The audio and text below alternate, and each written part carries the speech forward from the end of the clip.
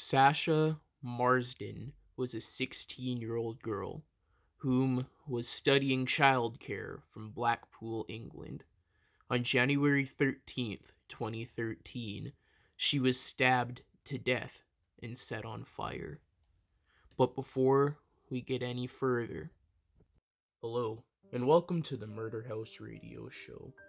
I'm your host, X.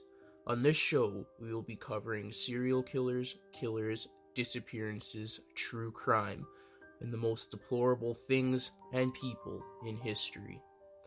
Uploads will take place every Friday at 4:30 Mountain Standard Time. Please hit the like and subscribe button, and hit the bell notification to get all notifications, and hit the follow button if you are listening on a podcasting platform. With all that out of the way, sit back, grab some coffee or whatever your preferred beverage is, turn down the lights, and enjoy the show. This story revolves around Sasha Marsden. She was born on May 7th, 1996. In Blackpool, England. Her parents were Gary and Janine Marsden. Due to her relatively young age, there isn't much information about her life before her tragic demise. What I was able to find was that Sasha was looking for work prior to her murder. Sasha was murdered on January 31st, 2013 by David Minto. David lured Sasha to the hotel on a guise of employment. David was known to go by the moniker The Demon. David got in contact with Sasha over Facebook to get her to meet him at the Seaside Bed and Breakfast, the hotel his mother owned. This is where David lived and worked. His mother owned the hotel, like I mentioned. He just lived and worked there with his girlfriend and his mother. When Sasha arrived, David attacked her, stabbing her 58 times in the head, face, and neck. He then proceeded to sexually assault her while she was dead or dying. David, after he was done, wrapped her body in garbage bags, carpet, and bed sheets. He dragged her into an alley and set her on fire. When the police found her, they initially thought she was a mannequin or a dummy of some sort, which had been set on fire. Sasha was only able to be identified by the DNA from her toothbrush. David was a drifter and was able to obtain his job at the bed and breakfast because of his girlfriend, Rachel Butterworth. Rachel's mom owned the B&B, so my bad. David's mother did not own it. Rachel's mother did. That's my bad, guys. David was a sexual predator who had a deep fascination with violent movies. A couple examples of these movies were Scarface and Resident Evil. However, I must state this. Violent movies may not be responsible for violent actions solely. By this, I mean people, at least the vast majority, don't watch one and then go out and replicate what they have seen. There are other factors such as mental illness. Let me know what your thoughts are. I say this because I have been influenced by music and movies. Sometimes they influence the way I dress, sometimes the way I act, but never really my actions. I've never seen a violent movie and been like, let's go do that. So that's just me though, but mental illness definitely plays a big part in something like that. Another victim of David's whom survived was 22-year-old Kimberly Vizackerly. She stated she was frightened and scared after David attacked her, after David and her exchanged a series of text messages and Facebook messages. I also must say, once again, be careful who you talk to on Facebook and, and social media in general. Don't go meeting people you talk to online. If you do, bring somebody with you. But, anyways, in 2012, David got in contact with Kimberly over Facebook. He said he owned a hotel in Blackpool, the B&B. He said he ran it with his girlfriend and mom. She did go to the hotel with David, and he gave her a tour. After the tour, they went into David's and Rachel's room. Kimberly stated that she was feeling scared, as if she could sense something was going to happen.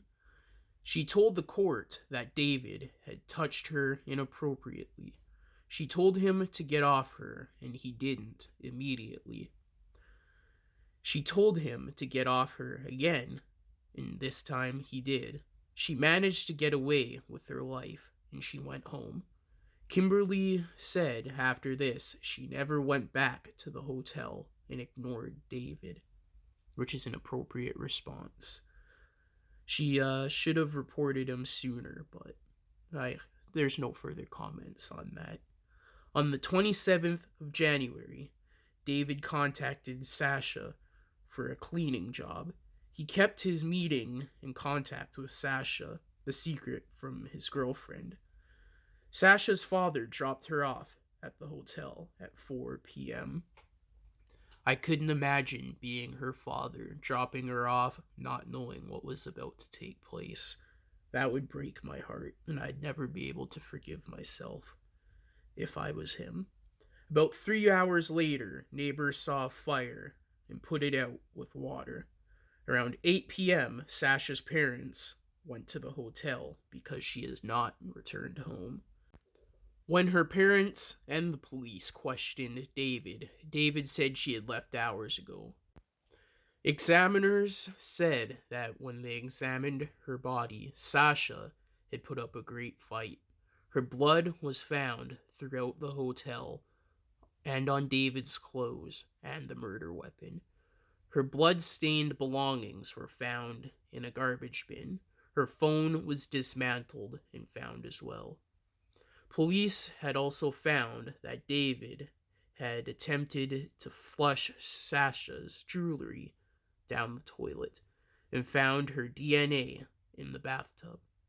David attempted to lie, but later admitted to moving Sasha's body in a state of shock.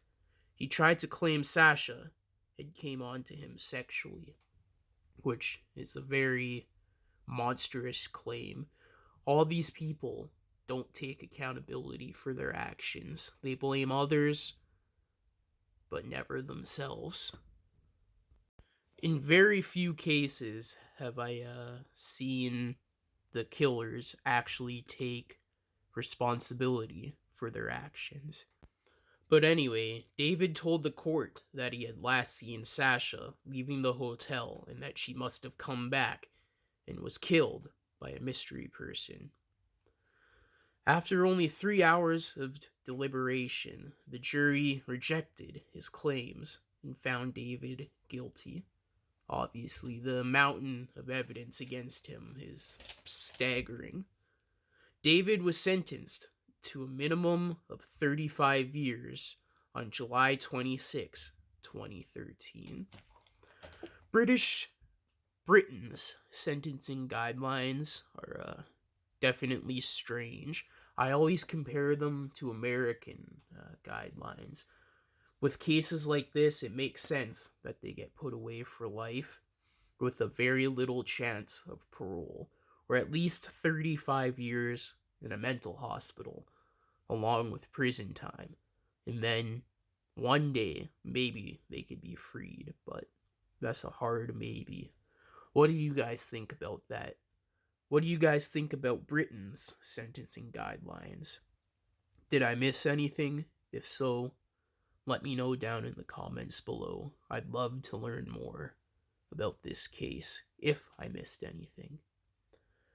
But yeah, that is the case of SashaMarsden.